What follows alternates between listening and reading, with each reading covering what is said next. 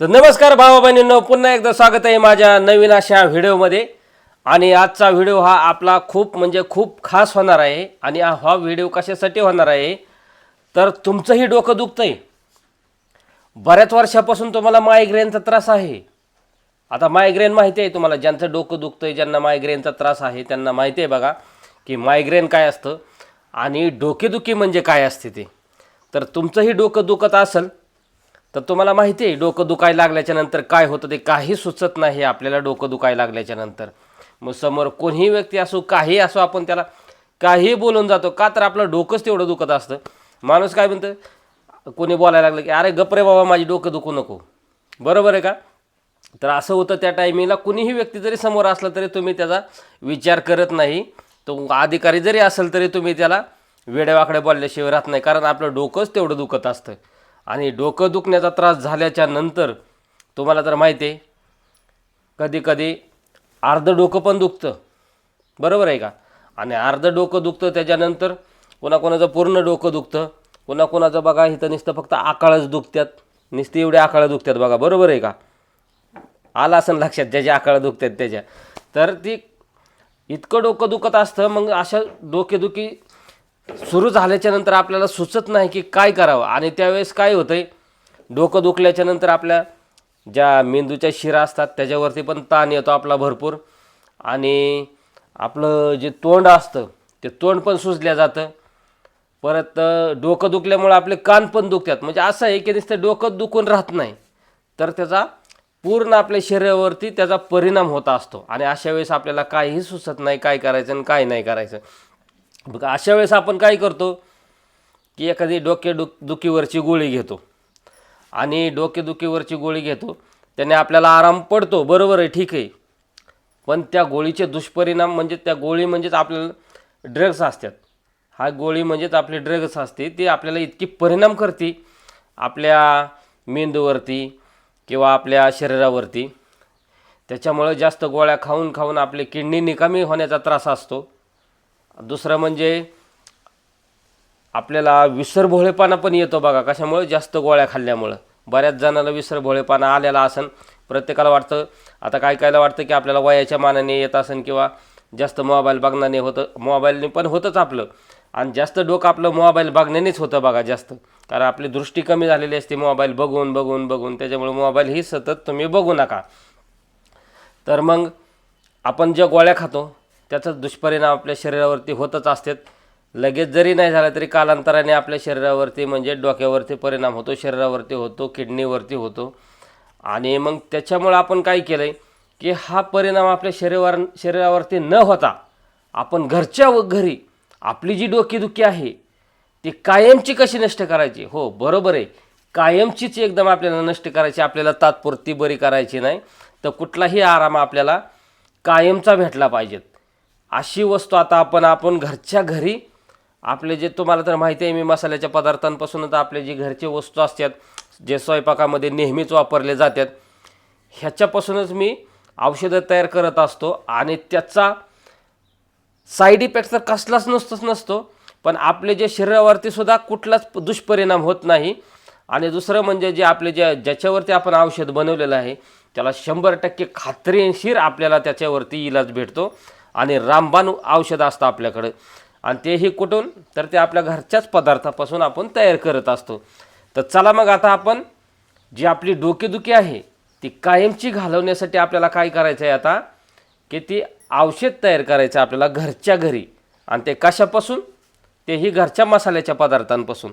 तर आज आपण मसाल्याचे पदार्थ कुठले कुठले घेतलेत आणि काय काय घेतलं आहे आणि औषध कसं तयार केलं आहे, तुम्ही फक्त पदार्थ बघचाल आणि काय करायचं ते कळणार नाही. व्हिडिओ शेवटपर्यंत बघा. आणि कसं औषध तयार केलं आहे आपण, आणि त्या औषधापासून कसं औषध होतं आहे, आणि त्याच्यानंतर आपल्याला त्या औषधाचा वापर कसा करायचा आहे, ते औषध उपयोगात कसं आणायचं आहे, ते औषध कधी आपल्याला घ्यायचं आहे, हे शेवटपर्यंत बघा. नाही तर तुम्ही मधून अधून बघचाल आणि मग तुम्हाला त्याचा रिझल्ट भेटणार नाही. परत तुम्ही कमेंट करून सांगणार की दादा, आता बऱ्याच जणांनी आपल्याला दारूच्या व्हिडिओवरती आपल्याला रिप्लाय दिलेत की दादा आमची दारू कायचे छान कमेंट आल्यात बघा. ज्यांना परिणाम झाला आहे, ज्यांना खरोखर दारू सुटली, त्यांनी खरोखर आपण ज्यांची कमेंट आली त्या कमेंटला आपण पिन करून ठेवलेले आपल्या व्हिडिओवरती जाऊन बघू शकता तुम्ही की त्यांना किती छान असा त्याचा उपयोग झालेला आहे. आणि काही काय अर्धवटच माहिती ऐकतात, अर्धवट व्हिडिओ बघतात आणि मग ते करून बघतात आणि त्यांना काही रिझल्ट भेटत नाही. तर असे काय अर्धवट व्हिडिओ बघू नका आणि अर्धवट व्हिडिओ बघून कमेंट करू नका. फुल व्हिडिओ बघा, त्याचा रिझल्ट व्यवस्थित बघा आणि मगच कमेंट करा. तर आता पण तशाच पद्धतीने पूर्ण व्हिडिओ बघा. ते औषध कसं तयार केलं आहे, कसं लावायचं आहे, कसं वापरायचं आहे आणि त्याच्यानंतरच आपण हे करायचं आहे, ते उपयोगात आणायचं आहे. तर चला करूया आपण आता व्हिडिओला सुरुवात. तर आता आपण घेतलेलं आहे साहित्य बघा. तर साहित्य काय काय आहे ते एकदम काळजीपूर्वक बघा आणि त्या साहित्याचा कायसा उपयोग करायचा आहे ते पण व्यवस्थित बघा. तर सगळ्यात पहिल्यांदा आपण हे घेतलेले आहे सुंठ. हे सुंठ, आता काय जणांचं आपल्याला कमेंट येते की सुंठ म्हणजे काय. तर सुंठ म्हणजे आपलं जे अद्रक असतं ते वाळवलेलं अद्रक असतं बघा. हे सुंठ म्हणजे ह्याच्यावरती थोडीशी प्रक्रिया करून त्याला वाळवून सुंठ तयार केलेली असते, असे हे सुंठ असते बघा. त्याच्यानंतर आपण हे घेतलेलं आहे सगळ्यात महत्त्वाचा पदार्थ कुठला आहे तर जायफळ. आपल्याला ह्या गोष्टीसाठी जायफळ खूप महत्त्वाचं आहे बघा. बघू शकता तुम्ही हे बाजारामध्ये किंवा किराणा दुकानामध्ये कुठंही जायफळ वापरलं जातं किंवा लहान मुलांनासुद्धा हे जायफळ उघळून त्याला प्यायला देतात. म्हणजे त्याची गुटी एक तयार केलेली असते, ती गुटी देतात लहान बाळांसाठी ज्याची तब्येत म्हणजे खराब असते त्या बाळांसाठी ते खूप उपयोगी असतं. ही जायफळ दिल्याच्यानंतर त्याची तब्येत एकदम गुटगुटीत होते बघा.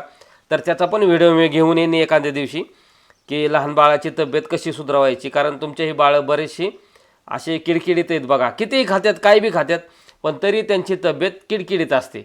तर त्यांच्यासाठी सुद्धा आपल्याला हे जायफळाचा व्हिडिओ मी 100% घेऊन येणार. तर हे जायफळ आहे. त्याच्यानंतर आपण ह्या घेतलेल्या आहेत 2 मिऱ्या घेतलेल्या आहेत बघा. ह्या 2 मिऱ्या घ्यायच्यात आपल्याला. प्रमाण बी सांगतोय मी तुम्हाला किती.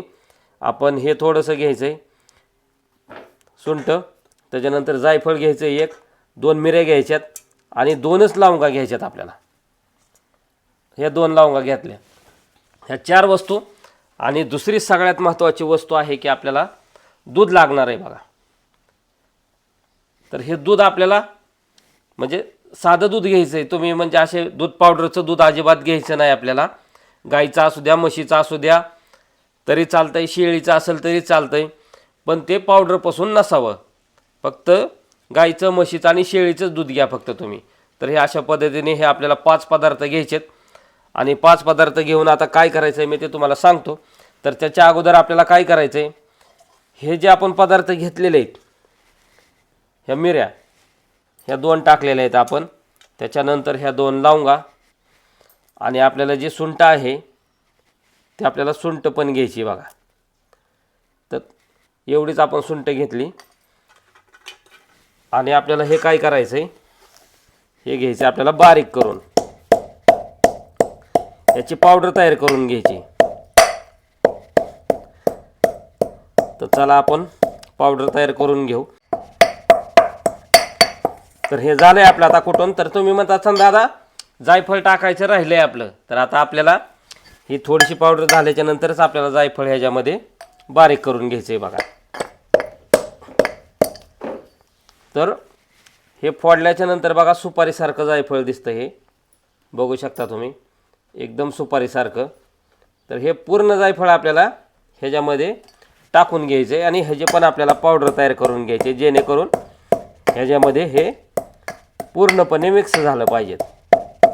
तर चला ह्याची पूर्णपणे घेऊया आपण पावडर तयार करून. बघू शकता तुम्ही पावडर तयार व्हायला लागली. त्याला बारीक करून घ्यायचं आहे आपल्याला. तर मित्रांनो तुम्हाला वाटतं आता ही पावडर तयार केली आणि हे दूध घेतलंय तर अर्धवट व्हिडिओ बघू नका.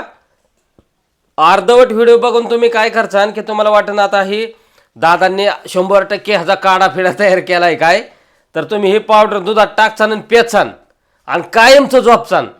कारण हे जायफळ अशी वस्तू आहे की ते खास उष्णता असते आणि त्याच्यामध्ये झोप येण्याचं प्रमाण जास्त असतं. त्याच्यामुळे लहान बाळांना थोडीशी उघळून प्यायला देतात ती. त्याच्यामुळे ते बाळ झोपतं व्यवस्थित आणि त्याची झोप पण पूर्ण होते आणि त्याची तब्येत सुधारते. तर असा आपल्याला हा काढा तयार केलेला नाही आपला. कशासाठी?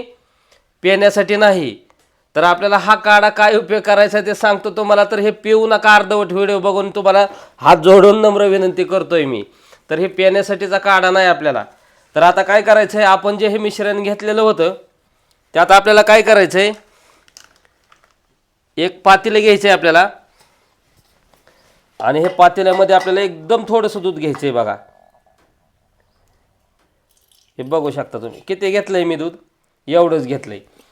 आणि हे जे आपण मिश्रण तयार केलं तर आपण कशाचं, सुंठ, परत आपण आपलं जे जायफळ, लवंगा आणि मिऱ्या ह्याचं हे आपण मिश्रण घेतलं होतं. तर हे मिश्रणामधलं आपल्याला काय करायचं आहे, हे पूर्ण मिश्रण आपण हे घेतलं आहे असं तयार करून. तर ह्यातलं फक्त आपल्याला चिमूटभरच घ्यायचं आहे बघा आणि हे ह्याच्यामध्ये टाकायचं आहे, फक्त चिमूटभर. बाकीचं मिश्रण आपल्याला परत उपयोगी पडण्यासाठी ज्यावेळेस डोकं दुखल त्या टायमिंगसाठी आपल्याला हे उपयोगात ठेवायचं आहे. सगळंच आपल्याला टाकायचं नाही दुधामध्ये, हे एवढंच घेतलं आहे आपण. आणि काय करायचं आता आपल्याला घ्यायचं आहे गॅस पेटवून आणि त्याच्यावरती आपल्याला हे मिश्रण ठेवायचं आहे बघा. एवढंच मिश्रण किती आहे तुम्ही लक्ष द्या. आपण पावडर किती टाकली, थोडीच टाकली, चिमूटभर पावडर टाकली फक्त हे मिश्रणाची. आणि दूध पण आपण लय झालं तरी 1-1.5 चमचा फक्त दूध घेतलेलं आहे. आणि आपल्याला हे थोडंसं आता आटवायचं आहे बघा. हे आटवून घ्यायचं आहे आपल्याला, म्हणजे दूध जळलं पाहिजे ह्याच्यातलं, त्याच्यामुळे हे आटवून घ्यायचं आहे. जास्त आपल्याला हा उपयोगी नाही दूध, फक्त त्याचा अंश पाहिजे आपल्याला, त्याच्यामुळं आपल्याला थोडंसं हे दूध आटवून घ्यायचं आहे. तर चला हे दूध घेऊया आपण आटवून मस्तपैकी. तर हे बघा आटल्याच्या नंतर असं हे असं तयार व्हायला लागलं आहे. तर पूर्ण हे दूध जळू द्यायचं आहे आपल्याला, ह्याच्यातलं पूर्ण आटवून टाकायचं आहे, जेणेकरून हे अशा पद्धतीने तयार होईल. तर लागलं आहे बघा आता हे आपलं दूध आटायला.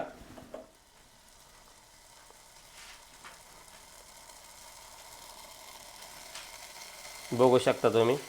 तर हे पूर्णपणे हे दूध आता आपलं आटून गेलं आहे आणि फक्त ह्याच्यामध्ये हे शिल्लक राहिलं आहे बघा. तर आता आपल्याला घ्यायचं आहे गॅस बंद करून आणि हे मिश्रण घ्यायचं आपल्याला खाली उतरून. तर बघू शकता हे मिश्रण कशा पद्धतीने तयार झालं आहे आपलं. आणि हे मिश्रण काय काम करणार आहे आणि कशा पद्धतीने करणार आहे ते तुम्हाला सांगतो. तर आता हे मिश्रण आपण एका प्लेटमध्ये घेतलं आहे काढून बघा. तर अशा पद्धतीने हे आपलं मिश्रण तयार झालं आहे. आणि हे मिश्रण आपल्याला अशा पद्धतीने तयार करायचं आहे की जेणेकरून हे आपला जो मलम असतो त्या मलमाप्रमाणे आपण हे मिश्रण तयार करून घेतलं आहे बघा. तर आता हे मिश्रण तुम्ही म्हणसान काय करायचं दादा, खायचं आहे का काय, तर खायचं नाही. मी मगाशी सांगितलं आहे तुम्हाला की हे खायचं पण नाही आणि प्यायचं पण नाही.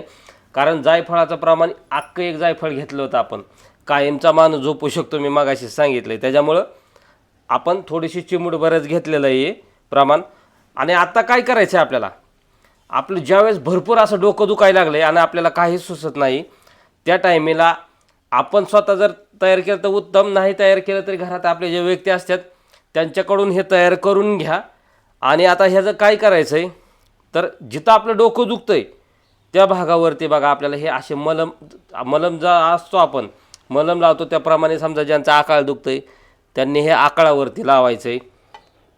आणि पूर्ण जिथं आपलं डोकं दुखतं आहे बघा त्या भागांवरती असा हा लेप लावून घ्यायचा आहे हा.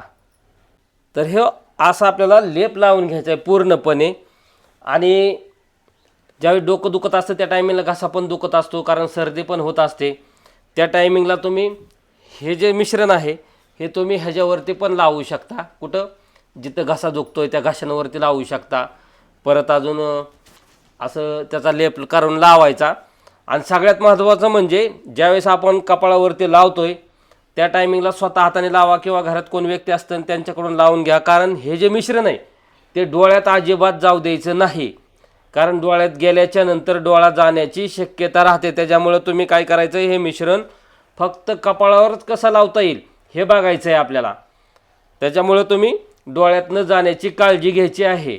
एकतर गॉगल लावून म्हणलं तरी लावा तुम्ही, कारण हे मिश्रण डोळ्यात जाऊ द्यायचं नाही. तर अशा पद्धतीने हा तुम्ही लेप तयार करायचा आहे. आणि तुमचं 5च मिनटात, किती, हा लेप लावल्याच्या नंतर अगदी 5च मिनटात तुमचं डोकंदुखी बंद होणार आहे. आणि ती ही कायमची डोकेदुखी बंद होणार आहे.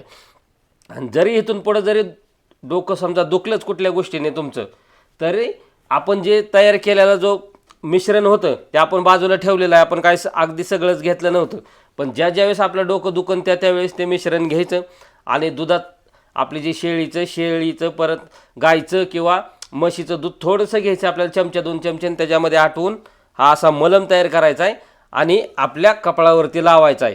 तर तुम्ही सुद्धा अशाच पद्धतीने ज्यावेळेस डोकं दुखन त्यावेळेस करा. आणि माझा जर हा व्हिडिओ तुम्हाला आवडला असेल तर नक्की माझ्या व्हिडिओला लाईक करा, कमेंट करा. तर चला भेटूया अशाच नवीन माहितीच्या व्हिडिओमध्ये. तोपर्यंत धन्यवाद.